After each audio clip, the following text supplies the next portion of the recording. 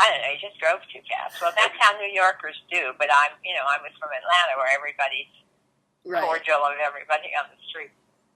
Then we got to his place in Riverdale, and it was very fancy, and I didn't like that.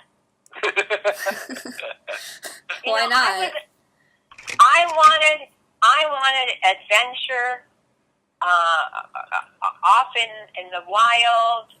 That's why I left Atlanta. It was too tame. She wanted to meet a New York Jew. Yes. Well, you did. I did, but he wasn't the kind of Jew I met. I wanted an intellect. I wanted an adventurer. Grandpa, you weren't an intellect? Well, he turned out to be. Okay. That's what I'm saying. When I first met him, I thought he was kind of... he was a poodle and a Cadillac, and this big fancy apartment overlooking the Hudson. That did not appeal to me. But then we discovered it was his mom and dad's place.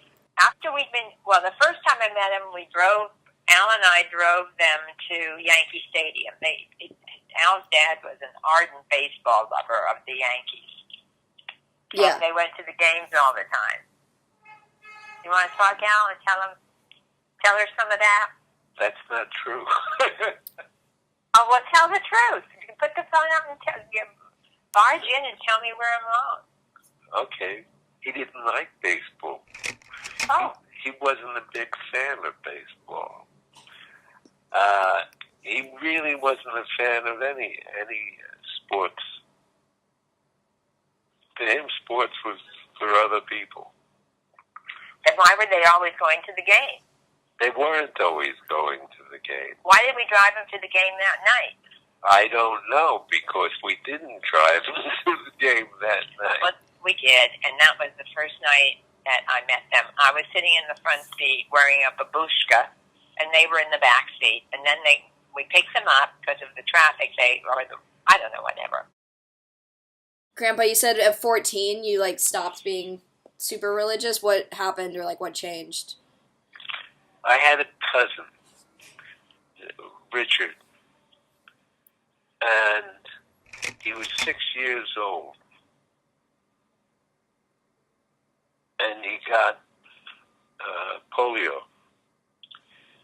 And I prayed for him to get over that. I prayed every day. I laid tefillin for him, everything. And fucking God, in all his wisdom and knowledge, let this 6-year-old stay with the polio. And it infuriated me. And that's how I felt about religion. You were angry with religion then? Yeah. And you stayed angry with religion for your entire life? Yes. Yeah. There is no God.